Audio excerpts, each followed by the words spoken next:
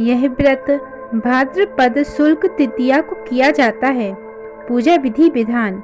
सुहाग चाहने वाली स्त्रियों को इस दिन शंकर पार्वती सहित बालू की मूर्ति बनाकर पूजा करनी चाहिए तथा सुंदर वस्त्रों, कदली स्तंभों से घर को सजाकर नाना प्रकार के मंगल गीतों से रात्रि जागरण करना चाहिए।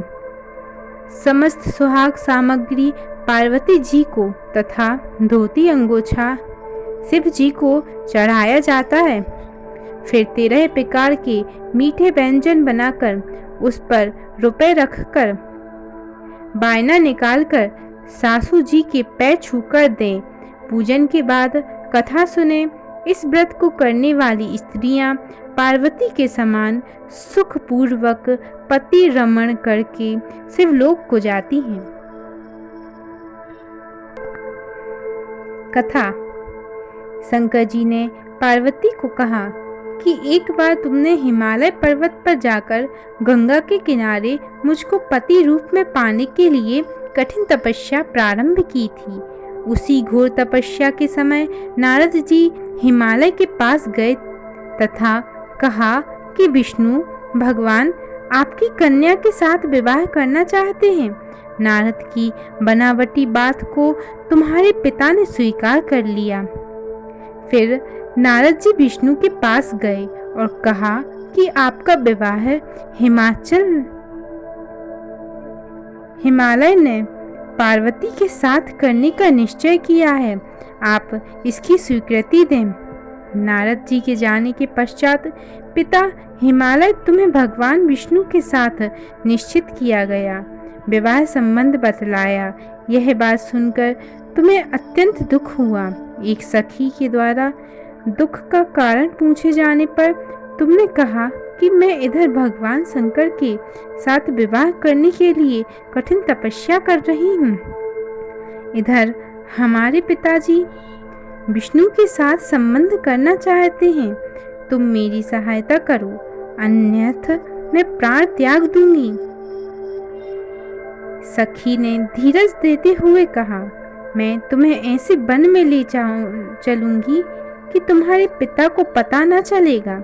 इस प्रकार तुम सखी सम्मति से घने जंगल में गई।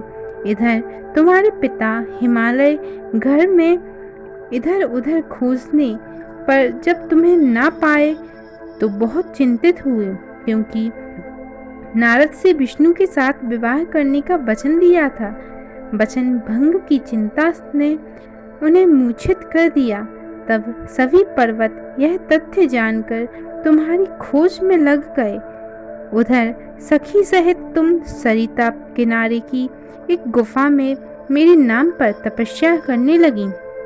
भाद्रपद शुक्ल पक्ष तृतीया को उपवास रखकर तुमने सिकता का शिवलिंग संस्थापित करके पूजन तथा रात्रि जागरण भी किया।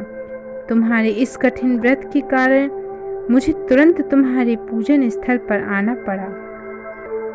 मांग तथा इच्छा के अनुसार तुमको मुझे अर्धांगिनी रूप में स्वीकार करना पड़ा। तत्पश्चात मैं तुरंत कैलाश पर्वत पर चला आया। प्रातः बेला में जब तुम पूजन सामग्री नदी में छोड़ रही थी, उसी समय हिमालय राज उस स्थान पर पहुंच गए। वे तुम दोनों को देखकर पूछने लगे, बेटी तुम यहाँ कैसे आ गई? तब तुमने विवाह वाली बात सुना दी। वे तुम्हें घर बुला लाए। तब शास्त्र विधि से तुम्हारा मेरे साथ विवाह हुआ। हरितालिका व्रत का नामकरण सखी द्वारा हरि जाने पर इसका हरत आलिका पड़ गया।